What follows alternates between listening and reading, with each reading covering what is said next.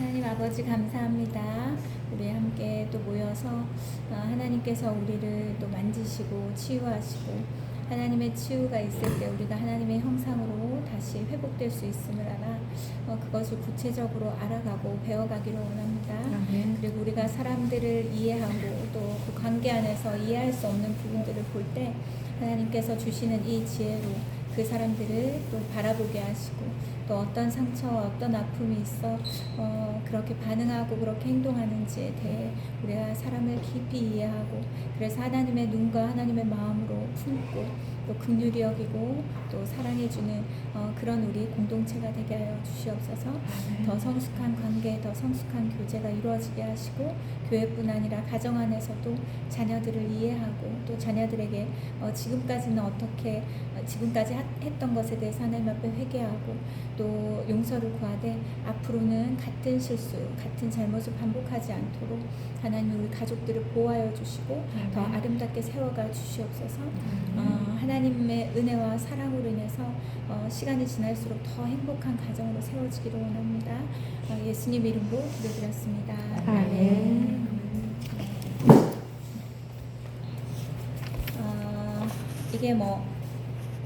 이게 제가 지난주에 이제 나눴을 때 이게 공감되는 것도 있고 또 새로운 것도 있고 또 이미 아는 것도 있겠지만 이걸 이렇게 한번 정리할 때 우리 안에 이런 약간 이 6가지 감정에 대한 부분이 이제 좀 뚜렷하게 자리를 잡게 되고 그 다음에 자신도 돌아보고 또 다른 사람들도 이해하게 되고 내 남편이 왜 계속해서 이런 부분에서 계속 뭔가 분노를 표출하고 왜 화를 내고 왜 계속 비교하고 그런가를 그 이전에는 그냥 답답해했다면 내 남편의 어린 시절에 또 가정 안에서 부모와의 관계 속에서 이런 일이 있을 수도 있었겠다 이렇게 이해가 되고 그 다음에 교회 공동체 안에서도 그렇고 그 다음에 혹시나 우리 자녀들에게 내가 이해할 수 없는 어떤 것들을 보았을 때 내가 내 자녀에게 어떻게 대했는가 그리고 아빠로부터 어떤 영향을 받았는가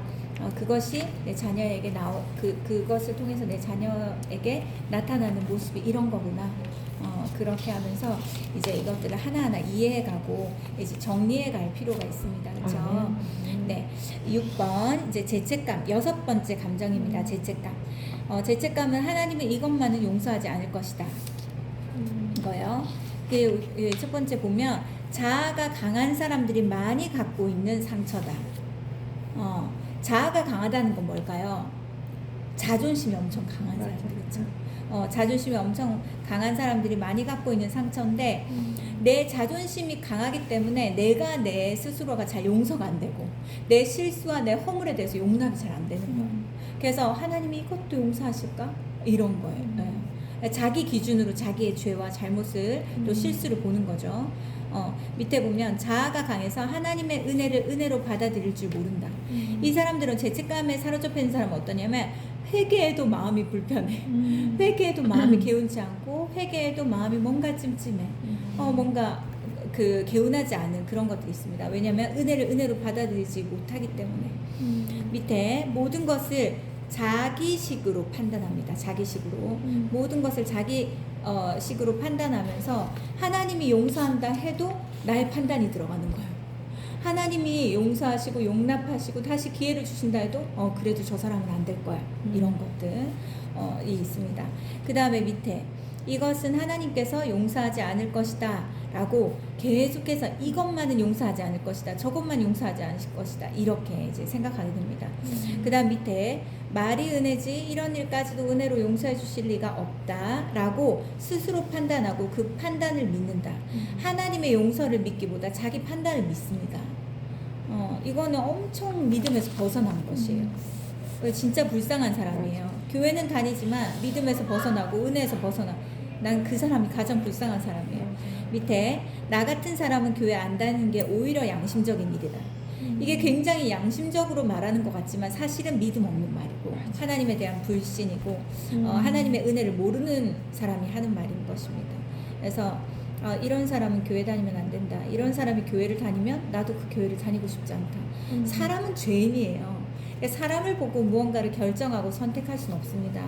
그러면 우리는 어떤 것도 선택할 수가 없어요. 그 밑에 보세요. 이렇게 살면서 어떻게 교회에 가서 예배드리냐. 자기가 스스로 결론을 내려버린다. 자기가 이제 엉망으로 살았어요. 근데 내가 이렇게 드리면서 교회에서 예배드려? 난 너무 이중적이야. 난 너무 가식적이고 나는 이렇게 이중 생활을 할 수 없어. 차라리 교회를 안 다니고 말겠다. 차라리 마음 편하게 죄를 짓든지 죄가 정리가 안 되면 제가 정리를 하고 완전히 하나님의 그 앞으로 나아가서 하나님 앞에 거룩한 삶을 살든지 아니면은 내 양심에 불편하지 않게 차라리 마음껏 편하게 죄라도 짓는다. 이 둘 중에 하나만 선택하려고 하는 거예요. 근데 그렇지 않습니다. 이것은 굉장히 잘못된 믿음에서 벗어난 것뿐 아니라 자기 의가 엄청 강한 사람들이에요. 그래서 그 다음에 밑에 사단의 참소에 넘어온 참소가 뭔지 아시죠? 너가 이랬지 저랬지 이게 계속 정죄하는 그 생각으로 우리를 정죄하는 그 소리들 계속 우리가 받아들이는 거야. 너 이거 잘못했잖아. 너 이때 이런 생각했잖아. 그런 생각을 가지고 그런 마음을 가지고 네가 여기 앉아 있어. 그러면서 우리를 계속 참소합니다. 하나님 앞에 나아가지 못하도록 그 은혜를 의지하여서 나아가지 못하도록 이렇게. 그 밑에 예수님의 보혈의 용서를 진심으로 받아들이지 않는다. 그래서 늘 죄책감에 시달린다. 예수님께서 십자가에서 흘리신 보혈이 나의 죄를 완전히 해결했다는 것에 대해서 진심으로 인정하고 받아들이지 않고 그래서 스스로 예수님의 은혜는 은혜, 나의 죄책감은 나의 죄책감 이걸 분리해서 따로 생각합니다. 그 다음 밑에 굉장히 양심적인 것 같지만 사실은 가장 교만한 태도이다. 왜냐하면 하나님이 용서한 나를 내가 스스로 용서하지 못하고 하나님이 용서한 어떤 사람을 내가 용서하지 못한다는 건 내가 하나님보다 위에 있다는 거예요. 그러니까 엄청나게 그 교만인 거죠. 그리고 나의 모든 기준으로 모든 사람들을 판단하고 정죄하고 비판하고 그렇게 합니다. 평가합니다. 이거는 엄청난 교만이다. 이거에 대해서는 주님이 반드시 말씀하시고 다루시는 부분입니다. 밑에 하나님은 나를 용서하시는데 내가 나를 용서하지 못해서 죄책감이 시달린다면 이것이야말로 나를 하나님보다 금방 얘기한 거고 밑에 완벽주의의 잣대로 자신을 바라보니 형편없는 모습만 보이고 자연히 죄책감에 사로잡힐 수밖에 없다. 완벽주의의 잣대, 그러니까 죄책감에 사로잡혀 있는 사람은 굉장히 완벽주의 성향이 많고, 그러니까 완벽주의 성향이 있으니까 자기만의 기준과 잣대가 굉장히 높을 거잖아요. 그러니까 내 자신도 형편없어 보이고 다른 사람도 마음에 들지 않는 거예요. 그래서 자연히 계속 죄책감에 빠져들 수밖에 없다. 그리고 또 밑에 보면 뭐라고 돼 있어요 거기? 사단의 참수에 걸려서 사단의 참수에 걸려서 걸리는 가능성이 높다. 이거 위에 나왔고 죄책감이 들면 교회를 떠난다. 교회를 쉽게 떠났다 왔다 하는 이런 사람들이 대부분 이 부분이 해결되지 않은 거. 그다음 밑에 칼같이 예수님을 믿든지 칼같이 예수님을 떠나든지 극단적인 성향을 보인다. 네. 이게 굉장히 저 사람 굉장히 그 뭔가 이 삶의 선택에서 굉장히 깔끔하다는 생각이 들고 뭔가 굉장히 선택과 결정을 분명하게 하고 굉장히 자기 생각이 뚜렷하다는 생각을 하게 되지만 이거는 은혜와는 별개입니다. 또 믿음에서는 또 별개예요. 그래서 이렇게 교회에서 어려움들이 있을 수 있잖아요. 그러면은 그거 내가 안 하고 말지 이렇게 되는 사람은 굉장히 성숙지 못하는 사람들입니다. 그래서 내가 이걸 하나님께서 날 여기 세우셨다면 이 자리에서 이런 갈등과 어려움을 통해 나를 다듬으시고 성숙하게 하실 그리고 나에게 가르치실 뭔가가 있다. 난 그걸 찾을 것이다. 그런 태도와 그런 반응이 성숙한 거죠. 밑에 은혜와 보혈을 의지하는 믿음이 없다. 이것도 위에서 나온 겁니다. 이렇게 6가지 이제 6가지 우리의 정체성을 왜곡시키는 6가지 감정 상태에 대해서 이제 한번 정리를 해봤습니다. 지난주에 못 오신 분들은 저기 꼭 보시고 그 다음에 이거는 이제 이것도 이 앞뒤에 나오는 책 내용들인데 이분이 이제 정신과 의사라고 했잖아요. 그래서 이 정신적인 그 전문적인 지식과 그 다음에 하나님의 은혜와 하나님의 말씀을 접목해서 이것을 정리를 해놓은 거예요. 그래서 이제 이 6가지 감정 상태를 알았다면 이것에 대해서 어느 정도는 조금 이렇게 개념을 정리를 다시 한번 더 할 필요가 있어요. 왜냐하면 이걸 하고 나서 바로 뭔가 그걸 쓰면서 치유하는 그런 시간들을 갖는 게 아니라 이것이 왜 필요한지, 왜 해야 되는지, 이것을 해서 어떤 변화가 있는지 이런 것들을 알아야 목적이 있어야 그걸 하고 싶은 동기가 생기잖아요. 그래서 그렇습니다. 자, 위에 보세요. 우리의 정체성을 왜곡시킨 6가지 감정 상태. 일단 6가지 우리 감정을 다 봤어요. 근데 이것은 하나만 갖고 있는 게 아니에요. 부분적으로 조금씩은 다 갖고 있어요. 근데 어떤 부분이 좀 많은 성향이 있습니다. 그거에 대해서 좀 집중해야 돼요. 아, 내가 이런 감정이 있어서 내가 이런 반응을 했구나. 이렇게 말했고, 문제 앞에서 이렇게, 갈등 앞에서 이렇게 했구나. 이것들을 빨리 인정하는 거 되게 필요합니다. 그 다음에 밑에, 우린 치유를 받아들여야 되는 사람이다. 그러니까 나는 치유받을 필요 없어. 난 치유 다 됐어. 나 하나님 만나고 예배 드리면서 나 많은 부분들이 회복됐어 라고 말하잖아요. 근데 사실 그 사람이 치유됐는지 안 됐는지 그 사람이 아는 게 아닙니다. 누가 알까요? 옆에 사람. 옆에 있는 사람이 알아요. 옆에 있는 사람. 그리고 치유가 제가 지난주에 말했죠. 치유가 1회적이라고 했습니까? 계속된다고 했습니까? 계속되는 거예요. 처음에는 커다란 바위들이 꺼내어진다면 나중엔 자갈들이 꺼내어지고 그 다음에 아주 작고 미세한 것이지만 없어야 되는 것들, 내가 하나님 말씀이 내 안에 들어와 그것이 자라는데 방해되는 많은 그 상처와 그 아픔들, 쓴뿌리들, 이런 것들이 하나하나 해결될 필요가 있습니다. 그래서 나는 치유가 필요하다. 왜냐면 왜 치유가 필요할까요? 그 사람 치유되지 않으면 주변 사람 너무 힘들어요. 너무 괴로워. 가족들이 제일 큰 피해자, 그리고 자녀들이 제일 큰 피해자. 자녀들이요, 이 6가지 감정, 정체성을 왜곡시킨 6가지 감정 상태를 가지고 있는 부모 아래 있잖아요. 그 자녀들은 어떤 사람이 되는 줄 아세요? 그 부모의 감정 쓰레기통이 되는 거예요. 그래서 피해받는 사람들은 나를 사랑하고 내가 사랑하는 사람들, 내 주변에 있는 사람들이기 때문에 이 치유가 필요하다. 치유를 받아들이고 인정하고 그런 것이 굉장히 중요합니다. 그 다음 밑에, 이런 감정 상태들이 치유받을 때 영적 전쟁에서 이길 수 있고 아름다운 교제와 또 행복한 가정을 꾸릴 수 있다. 이게 이제 청년을 대상으로 하는 거기 때문에 이렇게 되어 있습니다. 그래서 이런 감정 상태를 치유받고 결혼하는 것과 치유받지 못하고 결혼하는 것이 이 영적 전쟁에 대해서 이해를 못한다 하더라도 이제 부부 전쟁이 일어나는 거죠. 그걸 뭐라지? 부부? 아무튼 부부간에 막 그런 게 다툼과 그런 것들이 있잖아요. 그래서 가정이 늘 지옥 같은 거예요. 이것들이 감정 회복되지 않은 감정들 가지고서 그렇지만 우리 이미 가정을 가지고 있는 사람은 어떻게 해야 됩니까? 정리해야 됩니다. 계속해서 이렇게 할 수 없어요. 그래서 중간 정리를 한번 하고 남편과 자녀가 그리고 부모가 자녀에게 서로 이렇게 용서를 구하는 그런 것들을 하고 하나님 앞에 회개하고 다시 정리해서 조금씩 달라진 자신의 그 모습들을 가족들에게 보이고 변화된 그런 가정을 누려야 되는 것입니다. 자, 그 다음에 밑에, 어떻게 하면 이런 마음의 병을 치유할 수 있을까? 어떻게 하면? 그래서 우리가 이 접근을 어디서부터 어떻게 해야 되나, 이게 되게 중요합니다. 그래서 여기 보면 인생의 모든 문제는 결국 영적인 문제로 연결된다. 이 마음의 병을 영적인 것과 연결짓지 않으면요, 이 정신과만 다니는 거예요. 그래서 계속 가서 거기서 주는 약 먹고 계속, 근데 그 치료가 되지 않으면 어떻습니까? 약은 계속 세지고, 근데 그 세고 강한 약을 먹으면서 계속 해롱해롱거리면서 이 육이 굉장히 모든 힘을 잃고 건강 상태도 그렇고 모든 마음적인 생각적인 건강을 잃어갑니다. 왜냐하면 정신적인 그 어떤 치료의 약으로 그 사람의 마음의 병을 완전하게 치료해 줄 수 있는 것은 없기 때문에 약간의 도움은 줄 수 있지만, 그래서 우리는 영적인 부분으로 접근해야 됩니다. 그래서 영적인 문제로 연결된다. 영혼의 문제와 직결되는 것이다. 마음의 병은 무엇의 문제? 영혼의 문제와 직결되는 것이다. 그렇기 때문에 마음의 병이 치유되지 않으면 그 사람의 영혼의 상태 또한 건강하지 못합니다.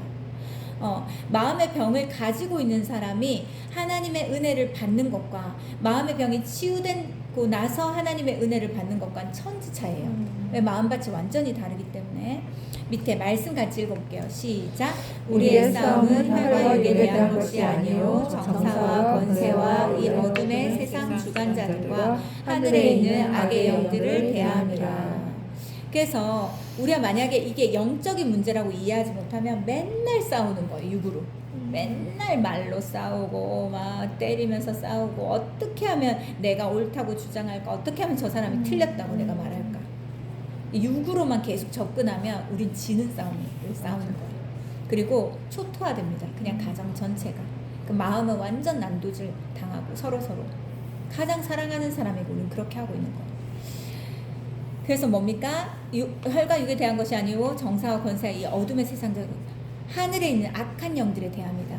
그래서 우리가 내가 사랑하는 사람을 대적할 게 아니라 그 사람은 이해해야 되는 거고 용서해야 되는 거고 우리가 사랑으로 품어야 되는 거고 기회를 줘야 되는 거고. 그럼 우리는 어떻게 해야 됩니까? 악한 영들에 대해서 이 사람이 어떤 그 경험을 통하여서 그 만들어진 그 생겨난 그 마음의 병에 대해서 우리가 보고 그것을 그 어떤 어둠의 영이 이 사람의 마음과 이 모든 것 생각들을 장악하고 있는가, 그것들을 보면서 이 악한 영들을 향해서 우리가 예수 그리스도 이름으로 대적하면서 이것들을 하나하나 해결해 가야 됩니다. 접근이 뭔지 아시겠죠? 만약에 내 남편에게 중독이 있다. 근데 좀 이거 하지마 스트레스 받아. 그거 볼 때마다 짜증나.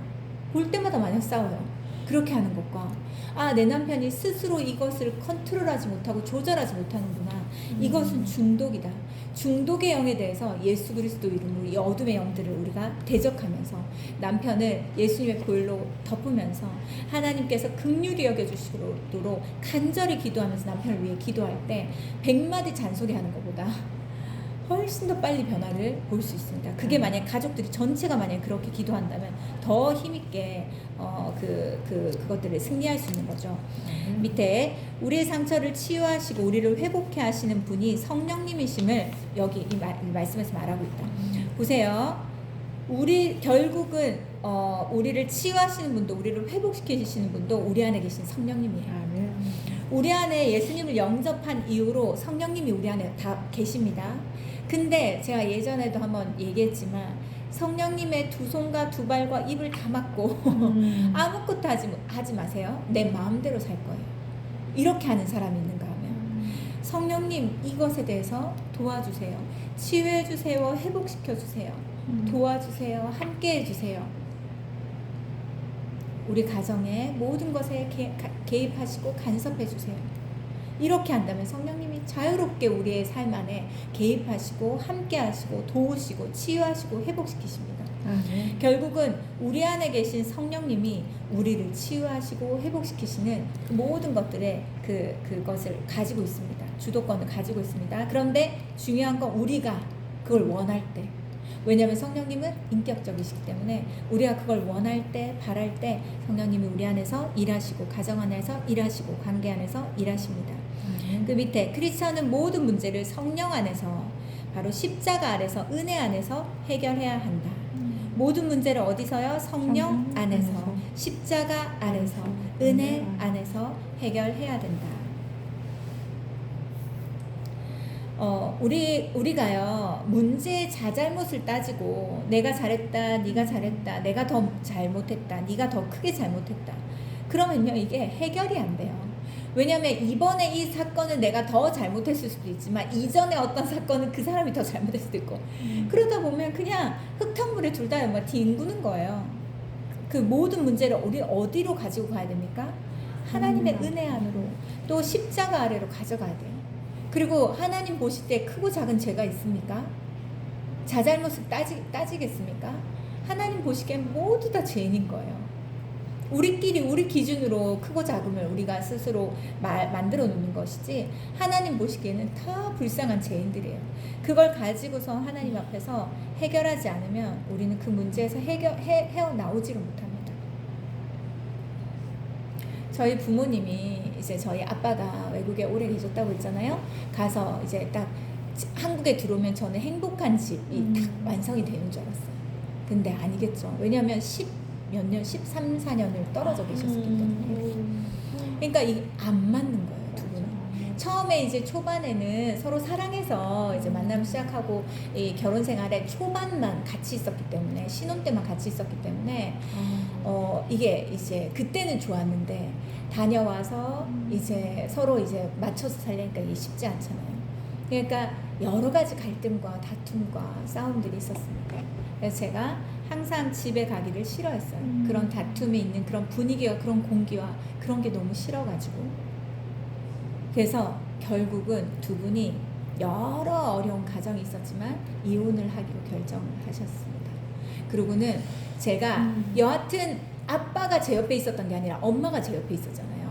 그래서 제가 엄마가 유리한 방향으로 제가 증인석에도 섰어요.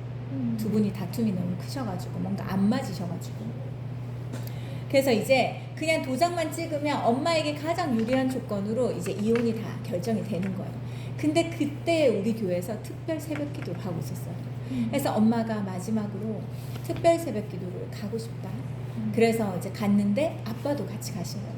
그래서 아빠가 앞에 걸어가시고 엄마랑 나랑 뒤에 가고 이렇게 했어요. 그렇게 했는데 하나님께서 우리 엄마의 마음을 완전히 바꿔주시고 갑자기 그 남편의 뒷모습을 보는데 너무 불쌍하다는 마음이 들더래요.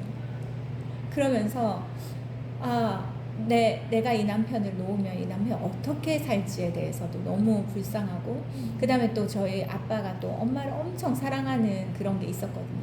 그러니까 그런 좋았던 것들이 이제 생각이 나면서 새벽 기도를 하루 가고 이틀 가고, 그때 한 2주 했었나 21일을 했었나 그랬는데 하루하루 갈 때마다 하나님께서 그 마음을 녹여주신 거예요. 그래가지고 마음을 완전히 바꿔주셔가지고 도저히 못하겠다. 그리고 아빠를 용서하고 같이 살아야겠다. 그리고 서로 용서하시고 같이 사는데 그때부터 우리 집안은 완전히 바뀌었어요. 두 분이 얼마나 위하면서 서로 배려하면서 이해하면서 사랑하면서 조심하면서 그렇게 저희 엄마를 완전 공주님처럼 그렇게 하시다가 저희 엄마가 돌아가셨습니다. 네, 저 마지막만 생각하면, 마지막 그 몇 년만 생각하면 이제 엄청 행복한 가정이었지만 그렇지 않을 때, 근데 이분들이 어떻게 했습니까? 십자가 아래로 하나님 앞에서 앞으로 이걸 가지고 간 거예요. 하나님 어떻게 해야 되겠습니까? 어떻게 해야 되겠습니까? 왜냐하면 믿는 가정에서도 이혼이 굉장히 많이 이루어지고 있기 때문에 그렇습니다. 그래서 모든 문제는 은혜 안에서, 모든 문제는 십자가 아래서, 모든 문제는 성령 안에서 해결해야 된다. 그럴 때 답이 나온다. 답이 나온다. 사람의 힘으로 해결할 수 없는 것들 하나님께서 해결해 주신다. 그리고 내 힘으로 내 마음을 바꿀 수 없었던 것도 하나님께서 이 마음을 움직여 주시고 바꾸어 주신다. 이게 참 신기하고 이것이 놀라운 그 기적 같은 은혜입니다. 자, 밑에 보세요. 자유하면 지금 우리 애들이 우리 할아버지를 얼마나 좋아하는지 몰라요. 외할아버지를. 우리 아빠가 엄청 순수하시거든요. 그러니까 뭐 말만 하면 엄청 재밌대. 그러니까 외할아버지랑 있을 때 얘들이 굉장히 안정감을 갖는 거예요. 그래가지고 그때 만약에 이혼하고 만약에 그랬더라면 이런 우리 아이들이 이런 것들을 누리지 못했을 것이고 여러 가지 복잡하고 어렵고 그 어둠의 시간들을 또 보내야 했을 텐데 너무 감사해요. 하나님 은혜로 우리 가정이 이렇게 그 하나님을 지킬 수 있었던 거라 너무 감사하고, 이 밑에 보세요. 은혜 안에서 해결해야 된다. 이럴 때 우리가 자유함을 얻고 새롭게 태어나는 자신을 발견할 수 있다. 하나님 은혜 안에서 우리가 문제를 해결하면요, 모든 것들을 하나님께서 새롭게 바꾸십니다. 그래서 우리가 내적 치유를 할 때요, 어떤 분이 강의를 하시더라고요. 완전히 밟혀지고 구겨진 완전히 양은 냄비가 만약에 있잖아요. 그게 내 마음이야. 근데 하나님께서 치유하실 때 그거를 계속 피시고 펴가지고 그거를 이렇게 원래대로, 원래의 모양대로 그렇게 하시는 분일까? 아니다. 하나님은 그 차원을 넘어서서 완전히 새 것으로 바꿔주시는 분이시다. 내 마음을 완전히 새롭게 하시는 분이시다. 그래서 고린도후서 그 말씀 있잖아요. 이전 것은 지나갔으니 보라 새 것이 되었도다. 말씀하시잖아요. 하나님은 우리의 마음을 새 마음으로 바꿔주십니다. 구겨지고 막 이렇게 찢겨진 마음을 대충 이렇게 꼬맨 그런 마음이 아니라 새로운 마음을 주십니다. 자, 밑에 보세요. 일단 어떻게 하면 이런 마음의 병을 치유할 수 있을까? 첫 번째, 먼저 자신에게 문제가 있다는 사실을 겸손하게 인정해야 된다. 이게 안 되는 사람은 치유가 안 됩니다. 그래서 우리가 DTS 가면 3주 동안 내적 치유를 받는데요. 3주 전이나 후나 똑같은 사람이 있어요. 왜일까요? 인정 안 하는 거예요. 끝까지 인정하지 않는 거예요. 그리고 부모의 그런 부모의 잘못과 부모의 어떤 실수에 대해서 내가 인정하면 불효라고 생각하는 거예요. 부모를 부끄럽게 여기는 거라고 생각하는 거예요. 하나님 앞에서 하는 건데, 그쵸? 그래서 마치 내 부모를 하나님보다 더 생각하는 거죠. 더 내가 지켜야 되는 거죠. 이것도 엄청난 교만이고 겸손한 반응이 아닙니다. 그렇죠? 그래서 자기가 문제가 있다는 사실을 겸손하게 인정한다. 나의 어떤 것으로 인해서 누군가 불편해한다. 이걸 인정해야 됩니다. 받아들여야 돼요. 겸손하게. 문제의 원인을 다른 사람에게 떠넘기지 말고 남 탓하지 말고 원망의 대상을 찾지 마라. 이것이 가장 비겁한 것이다. 이게 가장 약하고 가장 비겁하고 가장 못난 사람들이 하는 거예요. 이게 문제가 딱 생기면 너 때문이었잖아. 네가 그때 그렇게 해서 이런 일이 생겼잖아. 남 탓하고 다른 사람을 떠넘기고 그 문제를 일으킨 사람에 대해서 계속 원망하고, 그러니까 나는 괜찮다. 너 때문이야. 여기에서부터 항상 모든 게 시작되잖아요. 그렇죠? 모든 그 다툼들이. 그래서 아무튼 그렇고, 그 다음에 밑에 내게 있는 이 6가지 감정 때문에 생겨난 일임을 인정해야 된다. 우리가 이전에는 몰랐지만 이젠 알았잖아요. 그러면 이 6가지 감정에서 내가 회복되지 않은 이것 때문에 이 일들이 일어났구나. 내가 이런 말을 했구나. 내 자녀에게 이런 말이 쏟아져 나왔구나. 내 남편에게 이래서 화가 났구나. 이게 건드려졌구나. 이걸 아는 거예요. 밑에 보세요. 내가 날카로웠구나. 내가 공격적이구나. 내가 과민하구나. 이런 게 거절감이구나. 상처 치유가 필요하구나. 이걸 인정해야 돼요. 인정하는 것을 해야 이 첫 단추가 깨매지는 겁니다. 상처를 준 쪽은 타인이지만 그 상처를 수용한 쪽은 나 자신이다. 그래서 엄청 유명한 말입니다. 상처는 선택이다. 이거는 이제 내적 치유 강의를 들으면 다 얘기하는 겁니다. 상처는 누구의 선택입니까? 내가 선택하는 거예요. 그래서 내가 똑같이 여기에서 만약에 반 진담 반 농담 내가 하고 싶었던 말을 이렇게 뼈를 찌르듯이 이렇게 만약에 뼈를 때리듯이 내가 만약에 얘기를 했어요. 근데 누구는 사모님이 이거에 대해서 지금이라도 빨리 돌이키라고 이렇게 우리한테 이렇게 언지를 주시는구나. 웃으면서 얘기할 때 빨리 만들어야 되겠다 생각할 수 있고, 그쵸? 그런데 왜 하필 저런 말을 하는 거야? 똑같은 말을 들어도 우리 자녀들 봐보세요. 자녀들이 여러 명이면 똑같은 말을 해도 어떤 자녀는 아무렇지도 않고 어떤 자녀는 엄청 속상해하고 서운해하고 막 섭섭해하고 그때 그 말이 난 너무 섭섭했다 막 이렇게 얘기해요. 경험해 보셨죠? 그렇다니까요. 그러니까 상처는 선택이다. 그러니까 상처를 준 사람들은 있어요. 그렇지만 상처를 내가 받아들이는 건 내가 하는 거기 때문에 그걸 내가 수용하지 않고 어떻게 하면 됩니까? 거절하면 돼요. 왜 거절할 수 있습니까? 이걸 상처를 거절할 수 있는 이 내면에 힘이 있어야 되는데 이거 누가 할 수 있는지 아세요? 그 사람의 진심과 그 사람의 의도와 그 사람이 나를 위해서 한 말의 그 의도와 목적을 아는 사람 있죠. 그런 사람은 쉽게 상처받지 않습니다. 엄마가 내가 이런 부분에 대해서 이렇게 하라고 나를 더 이렇게 세우고 싶어서 나한테 이렇게 말했구나. 이런 것들이 안타까워서 이렇게 말한 거구나. 결국 나 사랑해서 이렇게 말한 거구나. 그걸 이해하는 자녀들은 상처받지 않습니다. 근데 엄마가 왜? 이러면서 또 나만 미워하고 나만 싫어하고 막 이러면서 막 그렇게 하는 애들은 이제 막 계속 이거를 허용하는 거죠. 상처를 내 마음에 허용하는 거. 자, 밑에 문제의 책임이 부모나 타인에게 있지 않고 나에게 있음을 인정하는 데서 해결점을 찾을 수 있다. 우리가 왜 부부간의 다툼을 해결하고 회복할 때도 서로의 잘못에 대해서 같이 인정을 해야, 그쵸? 그래야지 그래 나도 그때 그게 마음이 상했거든. 난 잘못한 거 하나도 없어. 당신만 바꾸면 돼. 당신만 바뀌면 돼. 그럼 우리 가정 행복할 거야. 그 말을 듣고 그래 나만 바뀌면 되구나 이렇게 생각할까 남편들이 더 막 불같이 화를 냅니다. 문제의 책임을 서로 같이 져야 하는 거예요. 그리고 나에게도 이 문제의 원인이 있다라는 것을 겸손하게 인정할 때 이제 해결점을 찾게 됩니다. 모기 조심하세요. 지금 밖에가 추워져가지고 모기들이 막 안으로 들어오고 있어요. 밑에 그리고 부모 탓하지 말라. 받지 못해서 못 준다 하지 말라. 이게 무슨 말이냐면요. 이게 원래 내용이 되게 많은데 제가 이걸 줄인 거예요. 뭐냐면 맨날 부모 탓하는 사람이 있어요. 부모가 나한테 이걸 못 해줘서, 아버지가 나한테 이걸 못 해주고, 엄마가 나한테 못 해줘서 나도 너한테 못한다. 이렇게. 근데 이 믿는 우리에게 이게 해당이 될까요, 안 될까요?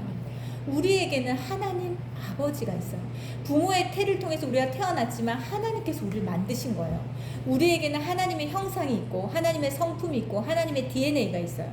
그런데 맨날 부모 탓해요. 엄마가 이래서, 아빠가 이래서. 그리고 애들한테 얘기합니다. 내가 받지 못했기 때문에 난 줄 수 없다. 이렇게 얘기합니다. 우리는 받지 못한 걸 줄 수 있는 사람이에요. 우리 부모로부터 받지 못한 거. 부모가 이 가정이 완전 엮이는 가정이다. 아빠도 아빠의 역할을 못하고 엄마도 엄마의 역할을 못하고 엉망진창이었다. 그래서 난 못 준다. 이게 말이 될까요? 그렇지 않습니다. 하나님께 어미의 마음과 아비의 마음이 다 있기 때문에 하나님을 인격적으로 만나고 하나님의 사랑을 경험하고 십자가의 사랑 안에서 자신이 하나님의 자녀가 되었다는 걸 확실히 믿는 사람은 하나님으로부터 받은 이 어쩌면 육신의 가장 좋은 부모로부터 받은 사랑보다 더 완벽한 사랑을 하나님부터 받기 때문에 그걸 줄 수 있게 되는 거예요. 그걸 줄 수 있게 됩니다. 자, 밑에 보세요. 하나님께서 반드시 이 상처를 치유하신다는 소망을 붙드십시오. 그러니까 우리의 마음의 병 어떻게 치유할 수 있나? 첫 번째는 인정해야 돼요. 겸손의 인정. 두 번째 뭡니까? 하나님께서 이 상처를 반드시 치유하신다는 소망을 가져라. 나를 만드신 하나님이 나의 문제를 다 아시는 분이다. 그리고 나의 문제를 해결할 수 있는 분이시다. 나를 치유하시는 분이다. 나를 만드신 분도 하나님, 내 문제를 아시는 분도 하나님, 내 문제를 해결하시는 분도 하나님, 나를 치유하시는 분도 하나님. 그것이 아주 아기 때부터 있든지 태중에서부터 있든지 아니면 뭐 몇십 년 전이든지 상관없이 시간과 공간을 초월해서 하나님은 지금 우리를 치유하시는 분이에요. 이거에 대해서 믿으세요? 하나님 날 만드셨다. 내 문제를 아신다. 날 해결하신다. 날 치유하신다. 그러면은 무엇 때문에 소망이 생깁니까? 문제로 봐서는 소망이 안 생기고 상처로 봐서도 소망이 안 생기고 내 주변 사람을 봐서도 나를 봐서 소망이 안 생기지만 하나님 때문에 소망이 생기는 거예요. 그 하나님 나를 사랑하셔서 나를 치유하시는 거예요. 우리 지금 다 통독하고 계시죠? 통독할 적에 지금 뭐가 계속 많이 나옵니까? 복음서에 다 치유하시는 거 얼마나 많이 나와요, 그렇죠? 온갖 질병을 하나님께서 예수님께서 일일이 다 손을 대시면서 치유하세요. 하나님은 우리의 마음의 아픔, 몸의 질병 관심 있으세요. 그리고 그거를 회복시키는데 엄청 집중하십니다. 밑에 하나님이 이것을 통해 나를 다듬으시고 결국 이 모든 것을 다 사용하시는 하나님이시다. 하나님께서 이 상처를 통해서 상처의 회복과 치유의 과정과 이 뭐 상처의 여러 환경들을 통해서 나를 계속 다듬으시고 또 이 모든 걸 다 사용하십니다. 내가 만약에 엄청 행복한 가정에서 아주 정상적인 부모 아래서 내가 만약에 있었다면 제가 지금 청소년들과 청년들을 만나면서 그들의 가정의 여러 어려움과 아픔에 대해서 이해할 수 있었을까요? 이해하지 못합니다. 그렇죠? 그래서 근데 어떤 말을 해도 어떤 그 아픔을 얘기해도 하나도 놀라지 않습니다. 내가 직간접적으로 다 경험했기 때문에. 그러니까 하나님께서 그 마음을 그 가정 안에서 부모를 통해서 아픔을 겪고 있는 그 아이의 마음을 가장 깊이 이해할 수 있는 사람으로 나를 사용하시는 거예요. 그 마음을 아는 사람이 한번 안아주는 것과 전혀 모르는 사람이 또 이 형식적으로 안아주는 것과 이 위로가 다를 거잖아요. 그렇죠? 그 마음을 아는 사람, 그 아픔을 아는 사람, 그 고통을 아는 사람이 기도해 주는 것과 그렇지 않은 사람이 기도하는 것과 완전 다를 거예요. 그렇죠? 하나님이 우리의 모든 상처를 치유하시고 우리의 모든 상처가 막 골마져 있는 이 모든 것들을 다 만드시죠. 새살이 다 돋게 하셔서 이제는 그 아픔이 내게 아픔이 아닌데 단지 그 경험만 사용하시는 거예요. 그리고 나처럼 너도 회복될 수 있다. 완전히 새로워질 수 있다. 이렇게 소망을 주는 거죠. 그렇죠? 밑에 난 왜 이런 인간일까? 난 왜 이런 부모를 만났을까? 난 왜 이런 환경을 만났을까? 왜냐하면 아이들은 이런 거에 대한 원망이 굉장히 많습니다. 왜일까요? 부부는 서로 사랑해서 선택했어요. 자녀는 부모를 선택하지 않았어요. 맞아. 그러니까 이런 원망이 생기는 거예요. 나는 왜 이 모양일까? 내가 왜 이런 부모를 만났을까? 내가 왜 이런 가정에 태어났을까? 이렇게 불평하기 시작하면 문제는 해결되지 않고 오히려 더 커진다. 이거는 해결될 수 있는 방법에서 벗어날 것입니다. 그리고 밑에 보세요. 귀한 것일수록 대가가 지불된다. 가을 염에는 가을에 갑자기 나오는 게 아니다. 겨울 폭한설과 견디고 봄에 햇살에 싹을 내었다가 그 차가운 바닥을 뚫고 싹을 내고 그 다음에 한여름 태풍을 견뎌야 된다. 열매는 하루아침에 생기는 게 아니다. 자, 그 다음 보세요. 꿈을 이루기 위해서 대가를 지불하듯이 성숙한 사람들, 하나님이 사랑하는 사람들은 반드시 훈련의 과정이 필요하다. 우리가 학교에서 지금 공부하는 것도 자신이 원하는 일과 직업을 갖고 꿈을 이루기 위해서 그렇게 하는 거잖아요. 학교를 다녀야 되고 공부를 해야 되고 시험을 쳐야 되는 대가가 지불되듯이 자기의 꿈을 이루기 위해서 대가는 지불하는 건 당연한 거고, 성숙한 사람들, 하나님이 사랑하는 사람들을 하나님께서 반드시 연단하십니다. 왜일까요? 죄와 상처로 인해서 파괴된 사람들을 보시면 하나님께서 가장 마음 아파하시는 거예요.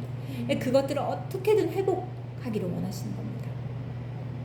그 다음에 밑에 나오니까 하나님은 우리의 상처, 아픔으로 우리를 훈련시키시고 단련하시고 다루신다.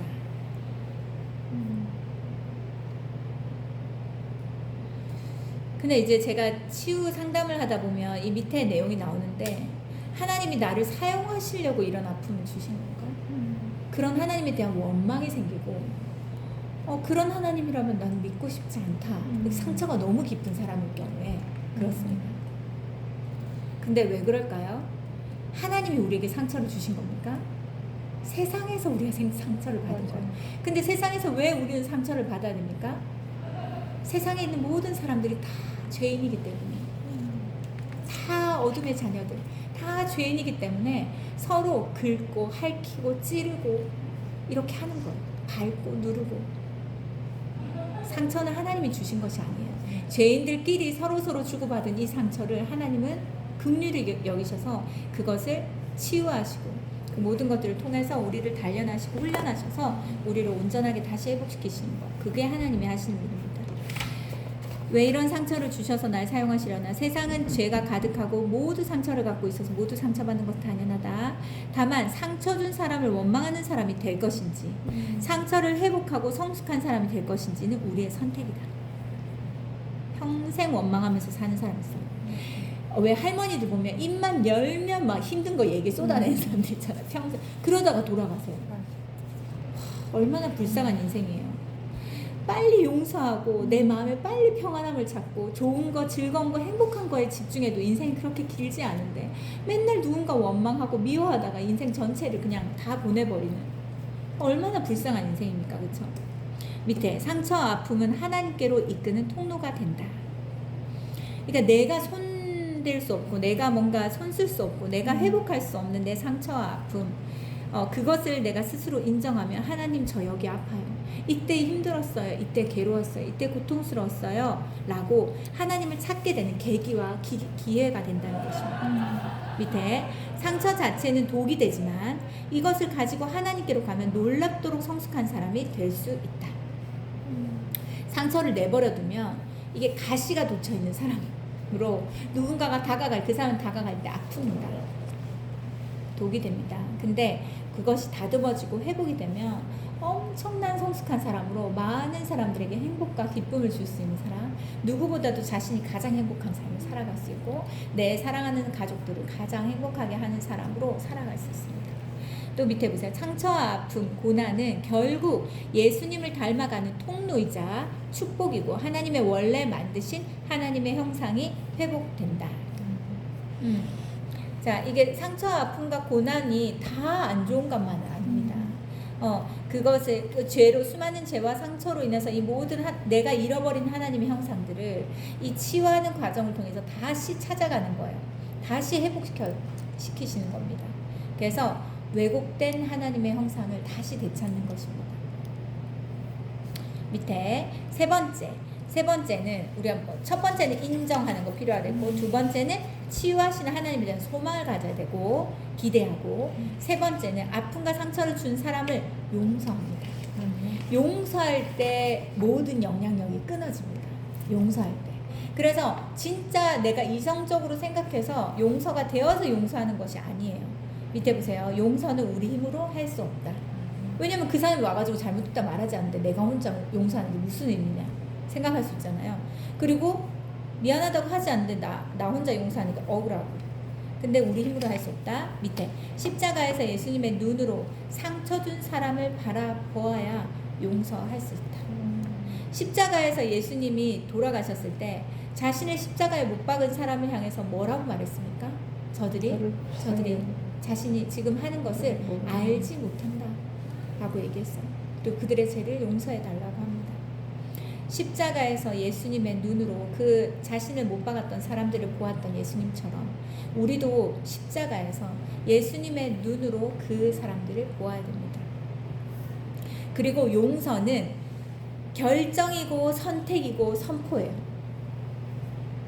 용서는요, 내가 용서하기로 결정하는 거예요. 내가 용서하기로 선택하는 거고 그 용서를 선포하는 것입니다. 왜냐하면 용서를 선포하는 그 순간 그 사람과의 관계 속에서 있었던 모든 것, 내 안에 응어리지고 쓴뿌리가 되어 있던 모든 것들이 이제 뿌리채 뽑아지는 것이에요. 뿌리채 뽑아진다는 무엇입니까? 왜 그 똥파리가 똥 냄새를 맡고 그 똥파리 똥에 모여드는 것처럼 우리 안에 상처와 죄가 해결되잖아요. 사단이 우리에게 어떤 것도 일할 수가 없습니다. 사단이 가장 일하기 좋은, 사단이 딱 봤을 때 넌 내 밥이다 이렇게 하는 경우가 뭔지 아세요? 어떤 대상인지 압니까? 상처가 엄청 많은 사람들, 죄를 막 밥 먹듯이 짓는 사람들. 그런 사람은 그냥 손 하나 까딱까딱 하면 그냥 사단이 원하는 대로 탁탁탁 움직여요. 그래서 왜 살인 범죄자들을 보면은 누가 저 사람을 죽이라고 했다 막 그랬잖아요. 아무도 없는데. 그거예요. 그 악한 영에 사로잡혀 살인의 영에 사로잡혀가지고 누군가를 계속 죽이라고 지시하고 악한 영들이 하는 것입니다. 근데 우리가 용서를 선포할 때 어떻게 합니까? 그들이 힘을 잃는 거예요. 그 다음에 내가 그 사람 어떤 대상과의 관계 속에서 묶여있던 것들, 감정으로 묶여있고 상처로 묶여있고 아픔으로 묶여있던 것들이 탁탁탁 끊어지기 시작합니다. 그리고 완전히 그 영향력에서 벗어나 새로운 삶을 살기 시작합니다. 그래서 용서는 나를 위해서 하는 거예요. 밑에 보세요. 자신을 하나가 더 있어요. 자신을 위해서 용서하라. 그러니까 용서는 다른 사람을 위해서도 아니고 왜 저 사람 나한테 미안하다 안 했는데 내가 왜 용서해야 되나 생각하고 되게 억울해하잖아요. 그 사람을 위해서 용서하는 게 아니에요. 그 사람 마음 풀어주려고, 그 사람 마음 좋게 하려고 용서하는 게 아니에요. 용서는 나를 위해서 하는 거예요. 그리고 용서는 하나님께서 명령하셨기 때문에 하는 거예요. 하나님이 내가 너희를 용서함 같이 너희도 다른 사람을 너희가 누군가를 용서하지 않을 때 나도 너희를 용서하지 않는다고 말했어요. 이게 얼마나 큰 손해입니까? 그래서 반드시 용서는 선택이다. 그리고 선포다. 결정이다. 그리고 하나님의 그 용서를 내가 받기 위해서 나도 다른 사람을 용서하는 이 명령을 반드시 순종하고 지켜야 된다. 그 다음에 다른 타인도 용서하고 하나님께 회개해서 하나님의 용서도 받았어요. 근데 자기가 자기 자신을 용서하지 못한 사람도 있어요. 굉장히 완벽주의적인 성향이 있는 사람, 그리고 죄책감에 계속 시달리고 거기에 매여있는 사람들은 자기를 잘 용서하지 못합니다. 그래서 용서하는 시간에 꼭 세 가지를 다 말하게 합니다. 선포하게 해요. 그 사람을 용서하고 내 자신을 용서하고, 그러니까 하나님의 용서를 내가 받아들이고, 이 세. 그래서 내 자신을 이렇게 했던 나 자신을 내가 용서합니다. 이렇게 하는 거예요. 하나님이 용서하신 나를 내가 용서합니다. 이렇게. 뭔지 아시겠죠? 이렇게. 그리고 용서는 떠오를 때마다 이 용서했다고 생각했는데 이 감정이 스물스물 올라와. 그럼 어떻게 해야 돼요? 그때도 딱 나는 용서한다. 그 다음에 계속 사단이 너 이래도 용서할 거야, 저래도. 네가 용서한다고 저 사람 봐봐, 하나도 바뀌는 거 없어.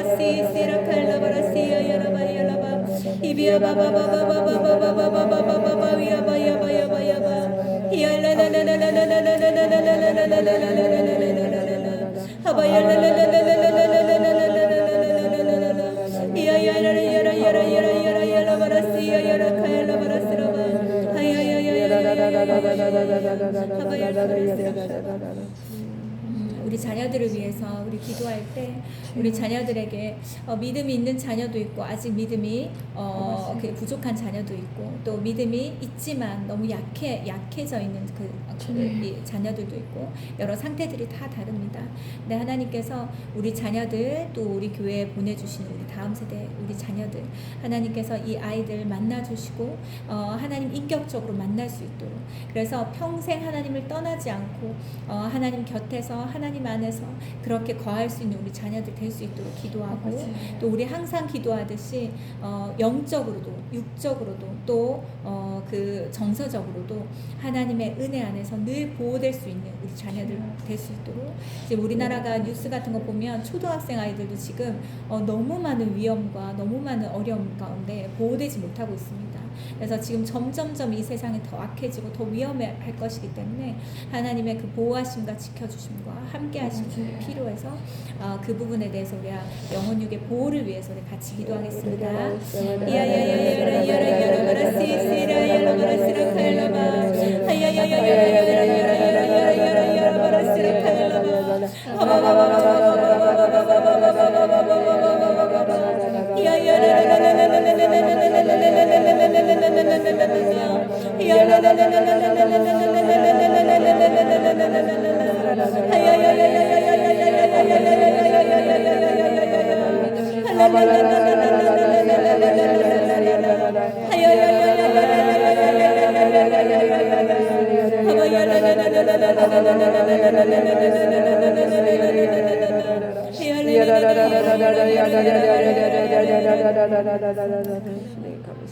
하나님 아버지 우리에게 하나님이 책을 통하여서 우리의 여러 환경 속에서 있어졌던 그 죄와 상처들을 보게 하시고 그것을 6가지로 나누어서 또 이것을 이해할 수 있게 해주셔서 감사합니다.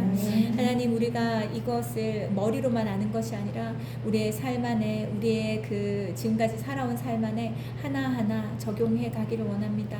하나님 그래서 이것을 우리의 삶에 빗대어서 내가 어떤 것이 무너졌고 어떤 것이 회복이 덜 되었고 어떤 것이 그 회복이 필요한지 그것을 주님 앞에 겸손히 빨리 인정하고 그것에 대해서 주의 은혜와 도우심을 구하면서 하나님 안에서 하나하나 자신의 상처와 쓴뿌리들을 정리해가며 회복해가는 우리가 되게 하여 주시옵소서.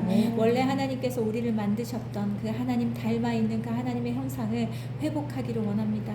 우리에게 심어놓으신 모든 좋은 것들은 드러나고 우리가 환경과 상황과 그 사람으로부터 받은 상처로 인하여서 자리 잡고 있는 모든 어둠의 요소들이 다 뿌리채 뽑아지게 하시고 다 잘라지고 끊어지게 하셔서 하나님 우리가 더 아름답고 더 성숙하게 그리고 하나님의 자녀답게 우리가 살아가는 우리의 가정, 우리 자신 또 우리 공동체가 되게 하여 주시옵소서.